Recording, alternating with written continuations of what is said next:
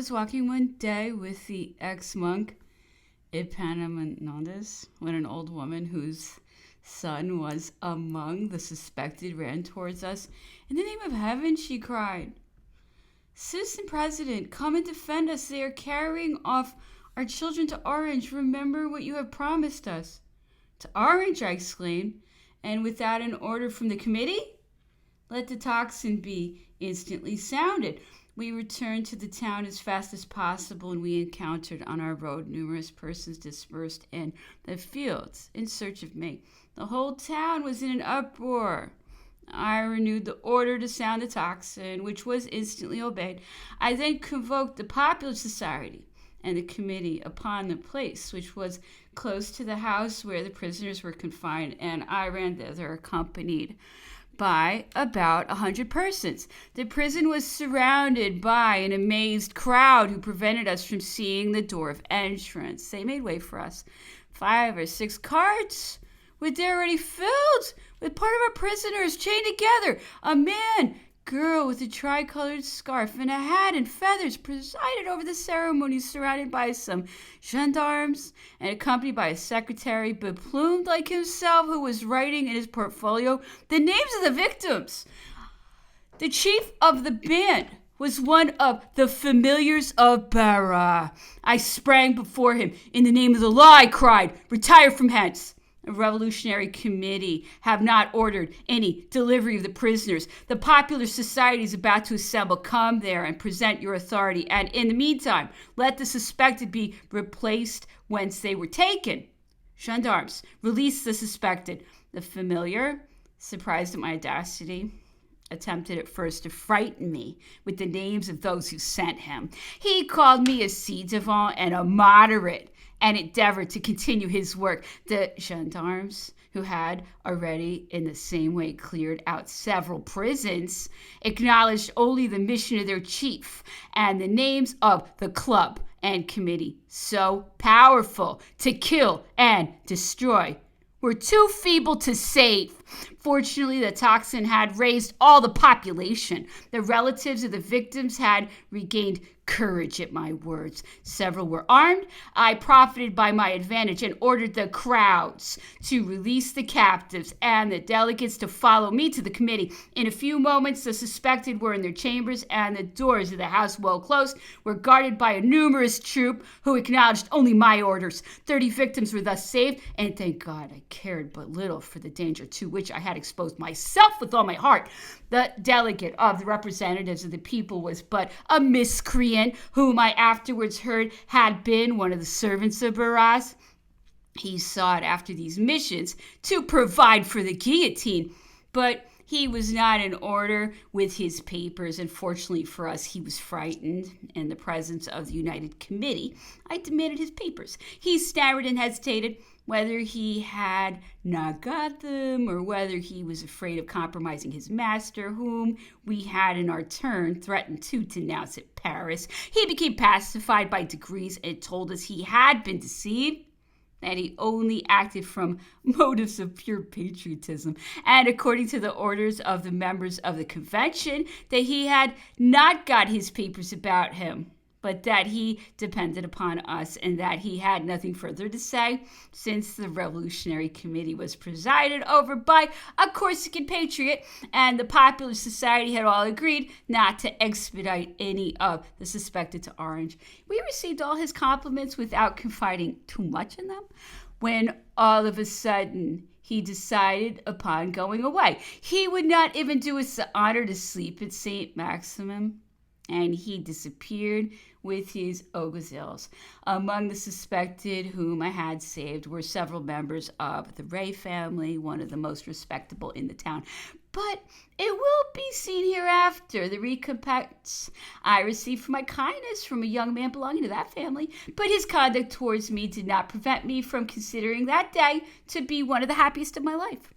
The end of that demagogical year was marked by the taking of Toulon It was in 1793 that the genius of Napoleon was revealed to the French nation. But the tempest was destined to continue a length of time before the transient meteor of the social organization could arise upon the horizon, triumphant over every storm. The first months of 1793 beheld, on the contrary, the Jacobins redoubled their atrocities, and Robespierre, the most cruel hypocrite and the greatest coward of them all, obtained an unlimited power. Some ardent imaginations have not hesitated to celebrate the praise of that man and of his accomplices, Coutu and Saint-Just.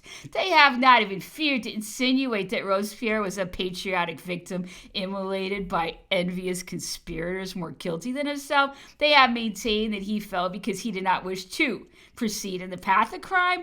These assertions are contradicted by facts. The Revolutionary Tribunal was never more active than during the last month of the power of that merciless tribunal. It was then that were struck with precipitated blows all those whom birth, fortune, or talents distinguished from the crowd. In the month of April, Malesherbes, the most virtuous of men, was dragged to the scaffold. He had 72 years of age, in the same cart with his sister, his son-in-law, his daughter, his granddaughter, and the husband of that young woman.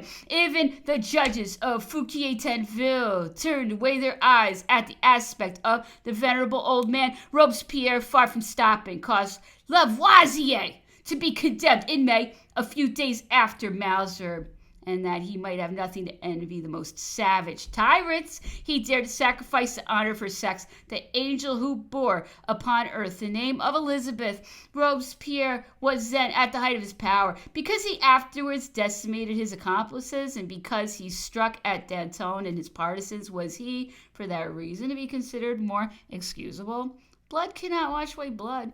And as for this festival of the Supreme Being, what else was it but contempt for the religion of all Frenchmen and a denial of the gospel? Blood was not sufficient for the incorruptible. He desired even to thrust his sacrilegious hands into the deepest recesses of our consciousness.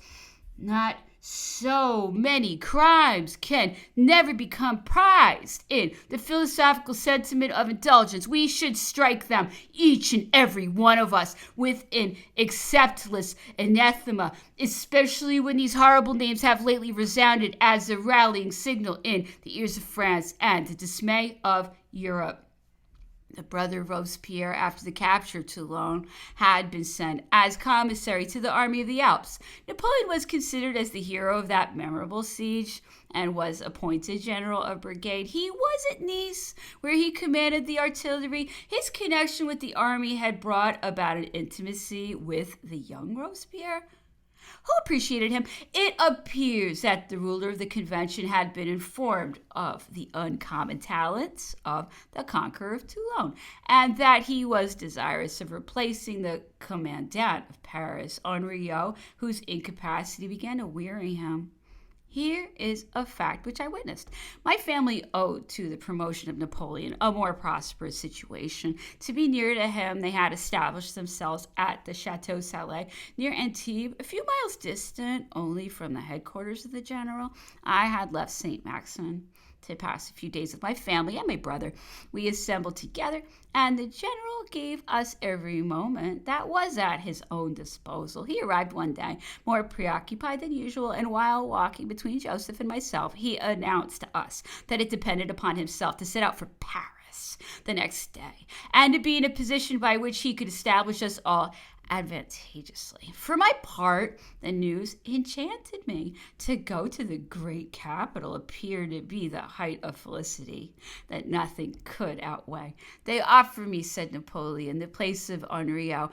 I am to give my answer this evening. Well, what say you to it? We hesitated a moment. Rejoined the general, but it is worth the trouble of considering. It is not a case to be the enthusiast upon. It's not so easy to save one's head at Paris as at St. Maximum. The young Robespierre is an honest fellow, but his brother is not to be trifled with. He will be obeyed. Can I support that man? No, never. I know how useful I should be to him in replacing his simpleton of a commandant of Paris, but it is what I will not be. It is not yet time. There is no place honorable for me at present, but the army. We must have patience. I shall command Paris hereafter. Such were the words of Napoleon. He then expressed to us his indignation against the reign of terror, of which he announced the approaching downfall. He finished by repeating several times, half gloomy, half smiling, "What should I do in that galley?" The young Robespierre solicited him in vain. A few weeks after, the ninth Thermidor arrived to deliver France and justified the foresight of the general. If Napoleon had taken the command of Henriot, on which side would have been the victory? 10 days before the ninth Thermidor, the defection of Paoli had been consummated. A general parliament under his presidency offered to the King of England the title of King of Corsica, which was accepted, but with which the English were not contented. Paoli soon suffered the punishment of his error. Those whom he had called desired to reign in the island, where his presence rendered every other domination than his impossible. There was therefore a perpetual struggle between them. What regrets must he not have suffered in his last days, for he lived a sufficient time to behold that France which he had abandoned arise up from the abyss into which he had fallen. He lived long enough to behold the victories and the accession to the consulate of that son of Charles, whose head he had prescribed.